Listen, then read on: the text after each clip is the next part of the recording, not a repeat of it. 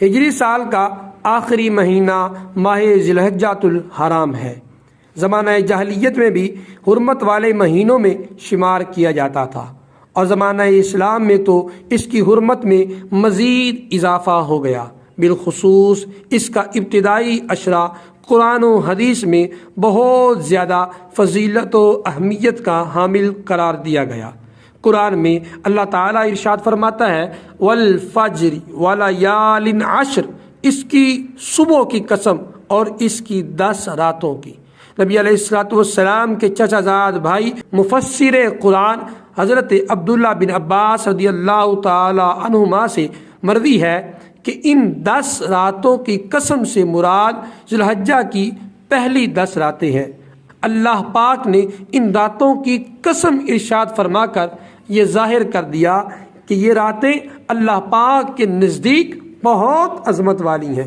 قرآن پاک کے ساتھ ساتھ کئی احادیث بھی ذی الحجۃ الحرام کے ابتدائی اشرا کی فضیلت بیان کرتی ہیں۔ مسند احمد کی حدیث پاک میں آتا ہے کہ اللہ کریم کے نزدیک کوئی دن اشرائے ذی الحجۃ الحرام کے ایام سے زیادہ عظیم نہیں ہے، اور نہ ان دنوں سے بڑھ کر کسی دن کا نیک عمل اسے محبوب ہے۔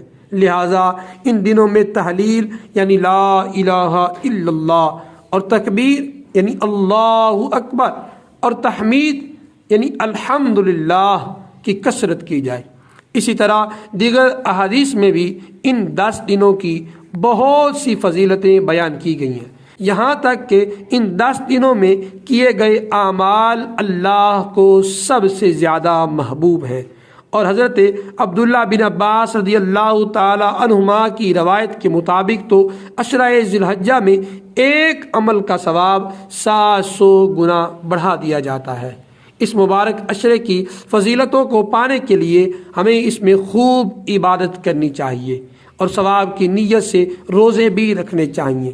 ہمارے پیارے آقا حضرت محمد مصطفیٰ صلی اللہ تعالی علیہ وآلہ وسلم اور ان کی سنتوں پر قربان ہونے والے ہمارے اصحاب و اسلاف کا بھی یہی طریقہ تھا۔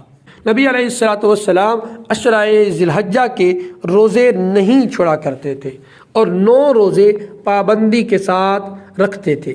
بخاری شریف کی روایت کے مطابق حضرت عبداللہ بن عمر، حضرت ابو ہریرہ رضی اللہ تعالی عنہم اشرائے ذی الحجہ میں بازار جا کر تکبیرات کہتے تو لوگ بھی ان کے ساتھ تکبیر کہتے، اور یہ دونوں حضرات صرف تکبیرات کہنے کے لیے ہی بازار میں جاتے تھے۔ حضرت امام باقر رضی اللہ تعالیٰ عنہ کے بارے میں آتا ہے کہ آپ اشرائے ذی الحجہ میں نفل نمازوں کے بعد بھی تکبیر پڑھنے کا اہتمام فرماتے تھے۔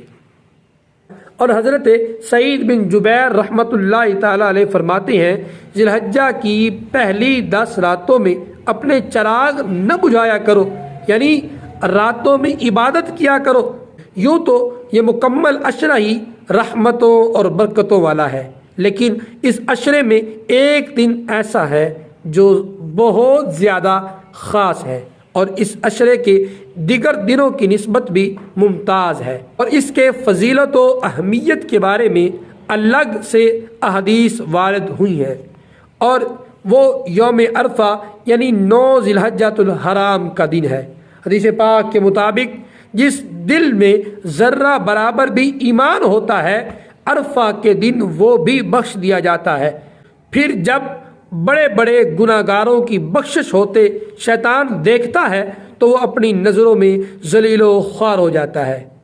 اور تو اور یوم عرفہ کی رات وہ رات ہے کہ جو شخص اس میں عبادت کرے اس کے لیے جنت واجب ہو جاتی ہے۔ سبحان اللہ۔ اور پھر نبی علیہ الصلوۃ والسلام عرفہ کے روزے کو 1000 دن کے برابر شمار کرتے تھے۔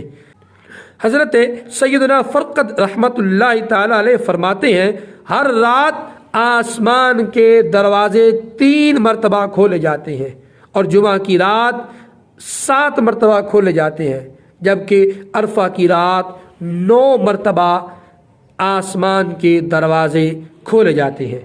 حضرت عبداللہ بن عباس رضی اللہ تعالی عنہما نے ایک مرتبہ یہ آیت پڑھی، الیوم اکملت لکم دینکم واتممت علیکم نعمتی ورضیت لکم الاسلام دینا، آج میں نے تمہارا دین کامل کر دیا اور تم پر اپنی نعمت تمام کر دی اور تمہارے لیے اسلام کو دین پسند فرمایا۔ جب آپ نے یہ آیت تلاوت کی اس ٹائم ان کی خدمت میں ایک یہودی حاضر تھا۔ اس نے کہا یہ آیت ہم پر نازل ہوتی تو ہم اس دن کو عید مناتے۔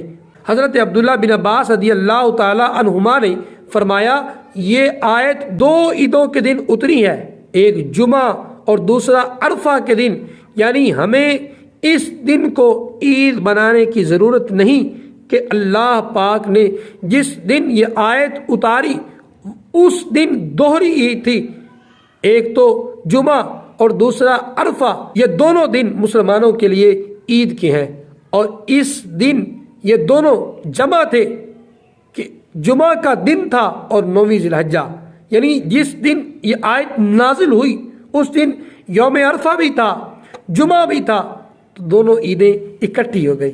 اس روایت سے یوم عرفہ کی اور بھی خصوصیات پتہ چلتی ہیں۔ ایک تو یہ کہ اس دن اللہ پاک نے اپنا دین کامل فرمانے کا اعلان فرمایا، اور دوسرا یہ کہ یہ دن مسلمانوں کے لیے عید کا دن ہے۔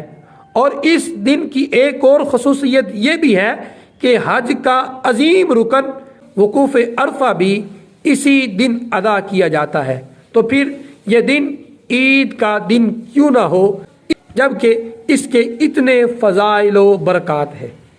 یہ تو تھی یوم عرفہ اور ذی الحجہ کے پہلے عشرے کی خصوصیات اور فضائل، اور پھر آپ یہ بھی دیکھیے کہ حج جیسی اہم ترین عبادت کے تمام ارکان اسی عشرہ کے آخری ایام یعنی 8ویں، 9ویں، 10ویں تاریخ کو ادا کیے جاتے ہیں۔